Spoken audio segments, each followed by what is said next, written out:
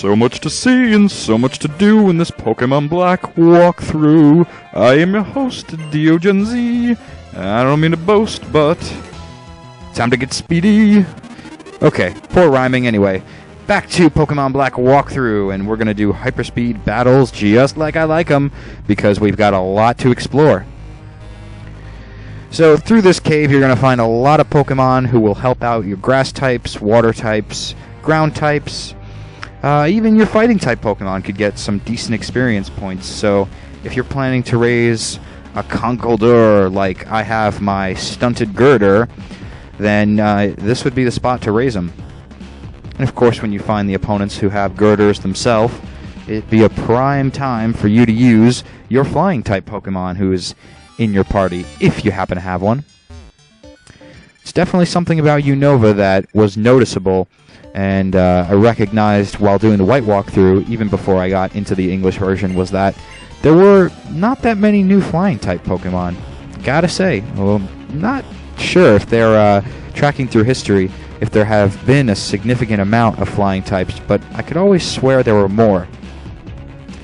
You know what the example, or what was the factor that really made me realize this, was that there were so few Pokemon that I found desirable to have on my team back in the Japanese version of Pokemon White, just because I didn't know anything about their stats, moves. I just went off of their appeal, their aesthetic. So there were so few that I thought I wanted on my team that could harbor the move Fly. And then when I looked on Cerebi, I was like, wow, not a lot of flying types.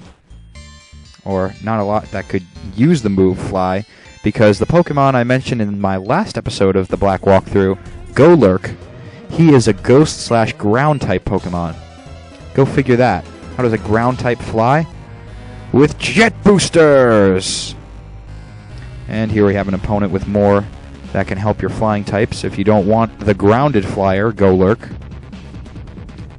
But it's pretty crazy if you go look at Golurk's sprite on Cerebi, or even, hey, if you've got the Pokédex 3D application for 3DS. That's something I want to sashay and transition into talking about a lot more. Not many people know this, just because I did a poor job on the border quality for the Black walkthrough, unfortunately. But the border is actually a 3DS top, so you know, with more people and more time goes by, hopefully the more will make a shift over to the 3DS and understand what I'm talking about. But seriously, that's a great application. And if you are in sort of a pickle to decide what to train next for your team, so maybe what you have at this point's not working out, maybe you want to look into getting the Gigalith that could be evolved by raising Boldore here. I know that we've been defeating so many of them and it looks easy to do, but Gigalith is totally strong in defense and special defense, and it's great if you're lacking a wall. So you can always use that Pokédex 3DS application to confirm stats. They don't have numbers and exactness like Cerebi does to that degree, but they do have status bars, and they show which Pokemon is better at which stat.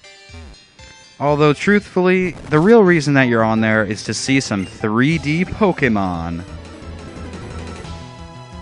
Yeah, the character models look really good on the 3DS application. And it makes me super excited to see what Nintendo and the Pokemon Company have up and coming for the plans of the future of Pokemon on 3DS. I recently heard quite a bit of news on Cerebi and also other multiple sources and sites confirming that they are planning something big for both the 3DS and regular DS.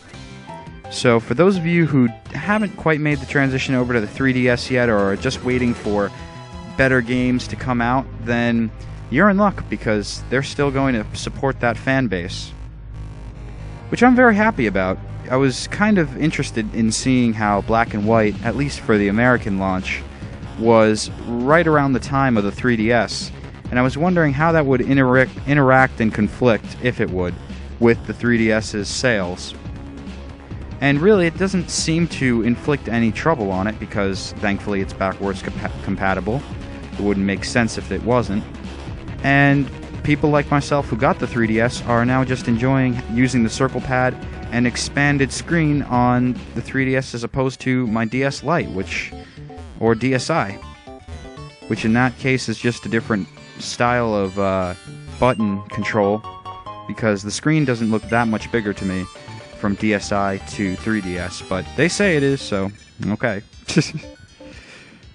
But I find it very interesting and makes me wonder what they're going to do for Gray. Maybe we will see Pokemon Gray be on DS. And that would make sense, because there was never a time where a third iteration of a region went cross-console. At least I can't recall of any times of that occurring. But we already have the new Pokemon Rumble sequel coming out in Japan within a couple of weeks, actually. It's not too far off to when I am recording this. And they confirmed that that game is not the only Pokemon game that will be released for the 3DS within this year. So that makes me really excited to see what they've got planned. It's a shame, though, because I won't be able to do any early import games like I did of Heart Gold and Pokemon White, because unlike the DS, the 3DS is region locked. So all those 3DS Japanese cartridges won't work on my 3DS system. Unless there was some way to region unlock the 3DS, which I think is way too early for anybody to have figured that out. But if anybody knows, keep me posted, because that would be cool if I could do that game, whatever the mystery Pokemon game is, when it comes out in Japan first. I will make no efforts, however, to do a Pokemon Rumble, what is it, Smash? I don't even know anymore, but the sequel to the original that came out on WiiWare. I won't be doing an LP early of that game. However, I may do it when it comes out in October for America. Not 100% sure if I'm going to do that LP yet, so it's in the air still. Most likely I will, though, because I'm a Pokemaniac, and this LP YouTube zone is mainly about Pokemon, even if it doesn't appear that way. That's what this whole thing was reconverted to after Nintendo Radio disbanded. But yeah, that was not last August, but a couple years ago during August, and again, we are nearing August once more, and the heats have sweltered up to the highest of temperatures. Today it was something like 114 degrees. I stopped checking after, 12, when I read that it was 114 degrees. I was like, oh, I don't even want to know what it's going to go to if it gets any higher. Probably best just not to look at it. Don't put it in your mind. Keep it out. Think of cool thoughts. So, you know how I distracted myself? I played New Vegas. Tried to do some recording, but I was just so beaten down by the heat that I got a headache, and my commentary was poor, so I was like, alright, scrap that. I'm not going to do that. Wait till the sun goes down, like it has. And now we turn back on the mics for recording, so it's all good. But that was some outrageous heat, so I played New Vegas to keep my mind off of it, going into the wastelands of the Mojave. I just recently got to the New Vegas Strip, and look at that! Duat is not evolving! I know you guys all got excited. Oh, what an evolution! If you forgot, I'm trying to keep my team mostly unevolved, just because, unfortunately, Girder can't evolve, and I do like the way that Duat's sprite is. I like it somewhat better than Samurot's sprite, but now that I've been looking into more pictures and more things about the 5th gen have been out, I'm noticing more and more that Samurott seems to be partially bipedal, and that he stands up and pulls out some kind of blade. I guess it's a different variation of his shell blade, seeing that he's evolved, and his shell evolves with him, much like a Slowbro and Slowpoke. And, not Clamperl, Shelder. Because that's what it is, right? It's a Shelder that grabbed onto Slowpoke's tail to inhibit that evolution. So it's his shell blade, and it does look pretty cool when he's standing up like a samurai. But for this game, Duat looks more like the samurai stance that I've come to know and love in all my favorite animes.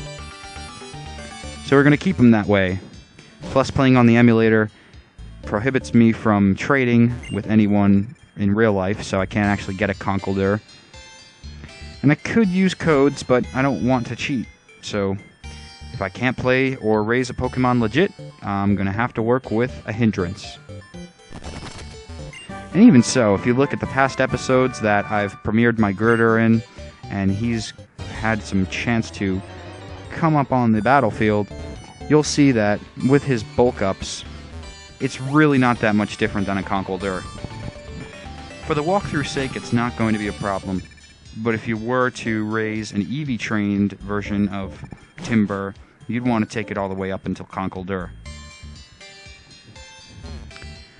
And I forget what episode it was, but on a PokeChat, I did tell you guys how to raise an EV-trained Conkeldurr.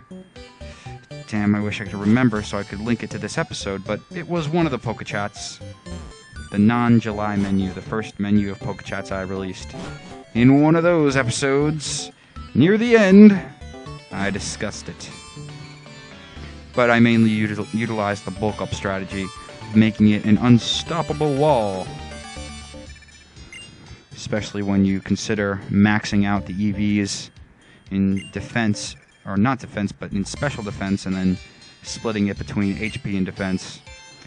Pretty beast. So finally, Cheren caught up with Team Plasma.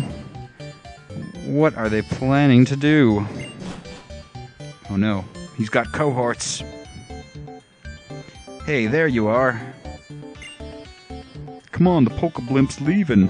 We're gonna leave you behind. Team Plasma has obtained the power to change the world. Uh-oh.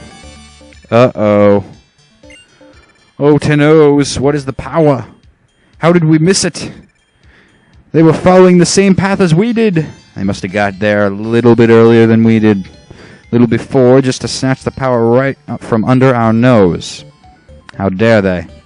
That ultimate power belongs to us. We want to use it for good, and keeping Pokemon in their Pokeballs. How dare Plasma do something like obtain that power? I don't know. Anyway, Cheren's going to stay there for more Twist Mountain training, but we are going to move on into the next city. Yeah, who knows, maybe he'll find some better Pokemon in Twist Mountain. Oh, which reminds me, I haven't even told you what you could find here. In Twist Mountain, you can find yourself a Cubchoo and a Cryogonal, which are excellent ice Pokemon you'll need at the 8th and last gym before we move on to the Elite Four, so that's something to consider. You can find them at Twist Mountain in October, September, basically in the fall and in the winter seasons. That's when you can find them. But other than that, you can find yourself a Woobat, a Boldore, a Girder, and a Drillbur in those little puffy smokes that come from the floor. Those places represent rare Pokemon zones. Now, I'm not certain if you could find an Excadrill in there, but usually there's multiple Pokemon that you can find in the dust piles. So now that Team Plasma has this mysterious power to take over the world, will Pokemon and people's bonds be severed? Will we no more enter training battles and fighting gym situations where we conquer things together? Co-op, you may say, but with an entire team of Pokemon. The Dragon Spiral Tower sounds like a promising place, and we'll check that out in the next episode of Pokemon Black Walkthrough.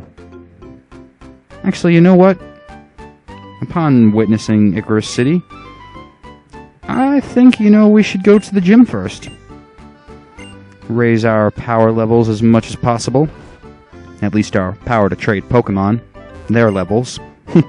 In a game that I can't trade anyone. So, yes, scratch that. Instead of going to Dragon Spiral, we'll head over to the 7th gym and work on getting what looks to be a Freezy badge.